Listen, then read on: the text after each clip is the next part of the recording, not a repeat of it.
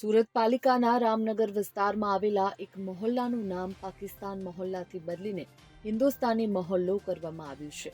અત્યાર સુધી આ વિસ્તારના લોકોના આધાર કાર્ડમાં પણ પાકિસ્તાન મહોલ્લો લખાઈને આવતું હતું, ત્યારે હવે આ નામકરણ બાદ હિન્દુસ્તાની મહોલ્લો લખવામાં આવે તેવી સ્થાનિકોને આશા છે.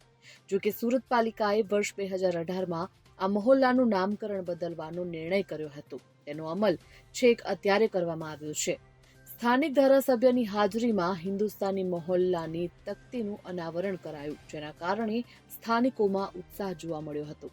છેલ્લા કેટલાક સમયથી ભારત પાકિસ્તાનના સંબંધો બગડી રહ્યા છે અને લોકો પાકિસ્તાનને નફરત કરી રહ્યા છે. તેવામાં સુરત પાલિકાના રાંદેર ઝોનમાં રામનગર વિસ્તારમાં એક મહોલ્લો પાકિસ્તાન મહોલ્લા તરીકે ઓળખાતો હોવાથી લોકોમાં ભારે નારાજગી જોવા મળી હતી. સુરત પશ્ચિમ વિધાનસભાના ધારાસભ્ય પૂર્ણેશ મોદી પાલિકાના શાસક પક્ષના નેતા હતા, ત્યારે આ મહોલ્લાનું નામ બદલવા માટે પ્રયાસ કર્યો હતો.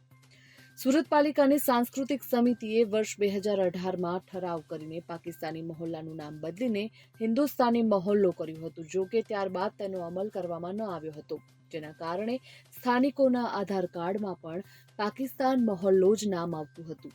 હાલ પાકિસ્તાનની હરકતના કારણે આખો ભારત અને પાકિસ્તાન પ્રત્યેનું નફરતના જે એંધાણો છે તે વધી રહ્યા છે. તેવી હાલત હોવાથી પાકિસ્તાની મહોલ્લામાં રહેતા લોકો શરમ અનુભવતા હતા. જો કે આટલા લાંબા સમય બાદ સ્થાનિક ધારાસભ્ય પૂર્ણેશ મોદી દ્વારા પાકિસ્તાન મહોલ્લાની જગ્યાએ હિન્દુસ્તાની મહોલ્લાની તકતીનું નામકરણ કરાયું હતું.